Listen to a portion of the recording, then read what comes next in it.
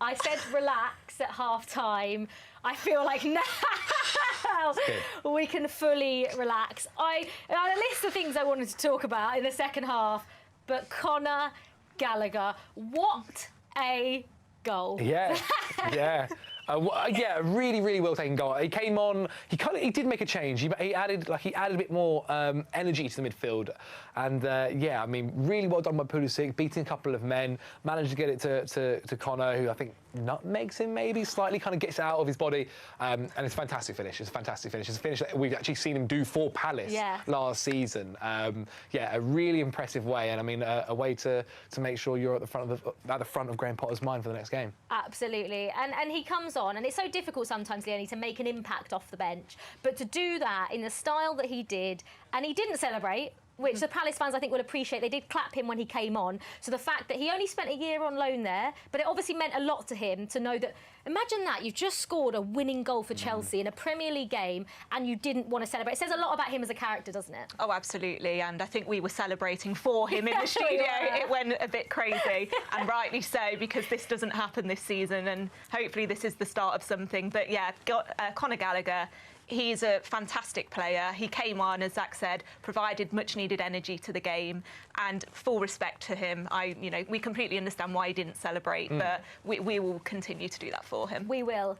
Graham Potter will be very happy that his subs have made an impact. We can see a couple of tweets here about Conor Gallagher. Vince, what a goal, what a hit.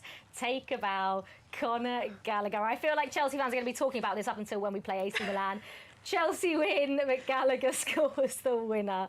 That's absolutely brilliant. And listen, that is such a big goal. Just given everything that's happened over the last 3 weeks, it was Graham Potter's first Premier League game, Zach, and it wasn't pretty at times.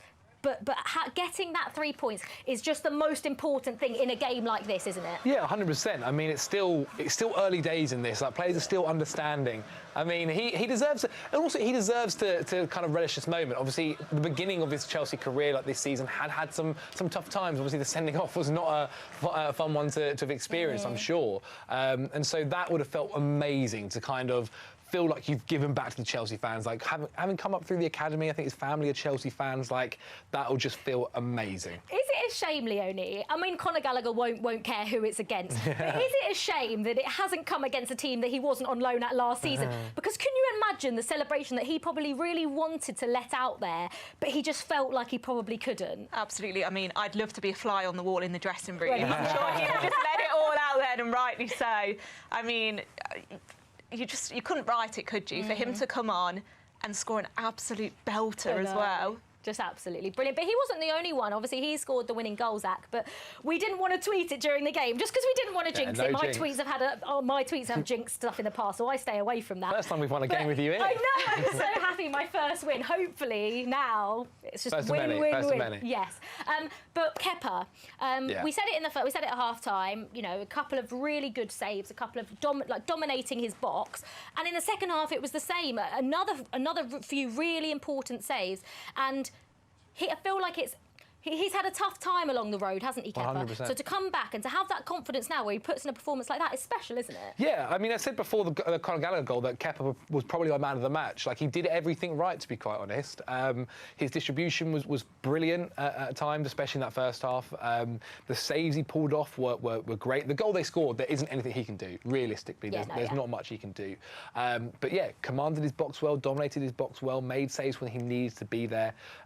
It was a performance which actually felt like you saw him kind of grow in confidence as the match was going on. Obviously, he's a player that has suffered with maybe a lack of confidence throughout his time at Chelsea, and it was great to see that actually he had that, and the defence trusting him and praising him for when he was making those saves. And every corner, even corners, like I felt set pieces as well today, which we've actually been quite poor at this season, were really, really good. And that's a lot of credit for only to Potter's staff only being there for not a long time. Yeah, definitely. Well, Conor Gallagher Gallagher scored the winner. But obviously Pierre-Emerick Aubameyang scored the first goal, an equaliser at a much-needed time for Chelsea. And his performance overall was pretty good. RJ said, nice to see Oba get a goal. Hopefully ignites a spark for him. That was a nice confidence boost, hopefully, going into the AC Milan game. Aubameyang, what a way to mark your first goal for Chelsea. We don't want to make those links, Zach, but we did say that finish was very Drogba-esque, wasn't it? Yeah, I was really impressed by it. I mean, it's tough sometimes, especially when teams are playing like they do against Chelsea and drop back against you and sit back, and you've got to do a lot of work and a lot of running, and kind of it's not necessarily the game that maybe he's more preferred to do, where he can run in behind with his pace. But yeah, it was a really smart and like experienced finish. It was something that where you've been in that scenario a few times in your career, quite a lot, and there you go. I was going to say, a lot of people are, Leone, saying, I mean, obviously the comparisons aren't there in terms of career-wise at Chelsea, but just, it was the half turn, wasn't it? It was on the half turn, on the volley, like it was just... There was a goal that Drogba scored against Liverpool that was very, very similar to that. And I think that's where people are making the comparisons, but it's exactly what we need from him, isn't it? Exactly, and like Drogba, he always turned up in the big games. So, you know, fingers crossed we make a couple of finals this year, and maybe Aubameyang is that sort of new Drogba-esque sort of step up to the big stage as and when. But yeah, I'm buzzing for him, and we need goals, don't we? We've been like, it's not been great so far with goal scoring, but we're doing it, and this is the start of something, I feel. I think hopefully the confidence is there now amongst all of those attacking players. Raheem Sterling had a fairly quiet game by his standards, but he had a couple of chances. Creating the chances isn't the problem, or hasn't necessarily been the problem. It's been putting them away. On another day, Raheem Sterling probably could have got a goal or two today, couldn't he? 100%, and I think some of the chances as well that he's making, he's making from himself. Like he kind of, his way of predicting where the ball's going to go from like a defensive error, whatever it might be, is really, really impressive, and something that we actually don't really have in the squad. Look, we got him in at a perfect age, 27 prime. He can be here for 5 years or more. And he's someone that kind of the younger guys, like your Broha, like your Gallagher, like your Mount, whatever it might be, can look at for advice and experience and learn from. And yeah, I mean, he may not score today. He probably could have got maybe one. But I think like he's a guy that whatever game it is, he'll always be finding himself in the right places at the right time. It was a similar story for Mason Mount really today, wasn't it? I felt like he was involved in everything, Leone, but just couldn't quite hit the target. He had a couple of fairly good chances, which he'll himself, I'm sure, be disappointed with. But it's nice to see, like Zach said earlier in the show, when Mace is on the ball, he can affect the game. And we saw him quite a lot on the ball today, didn't we? We did, and it will come. I have no doubt about it. We know how good Mason Mount can be, and it will come for him. He is a creative player. When he's on the ball, he's a giving player as well.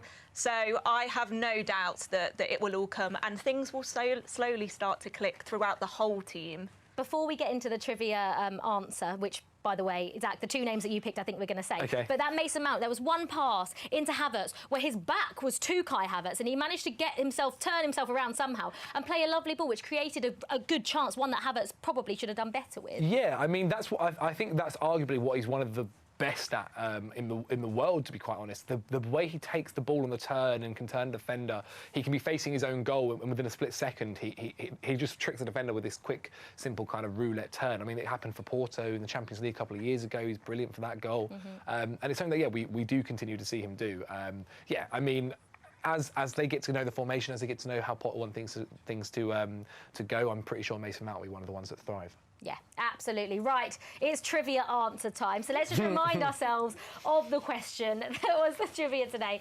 Name 2 of the 4 scorers in our 4-1 FA Cup 5th round win over Crystal Palace in February 1970. Yeah. Now, should we see the answer? We were Peter Osgood. Yeah, obviously that was one of the obvious ones. Harris was another one that I basically suggested. That's one I'll probably go with. You said Ian Hutchinson as well. Hutchinson is another one, but we got to pick which one. So we're going Peter Osgood and. I've given the names. You guys can decide.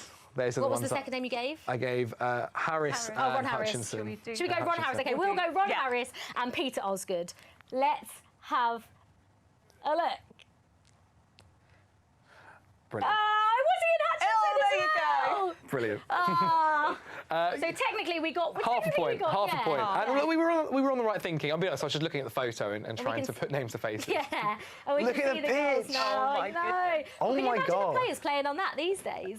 I mean, we were complaining about Southampton's pitch. Look at this. I know, incredible. So There we Impressive. go. The goals against Crystal Palace.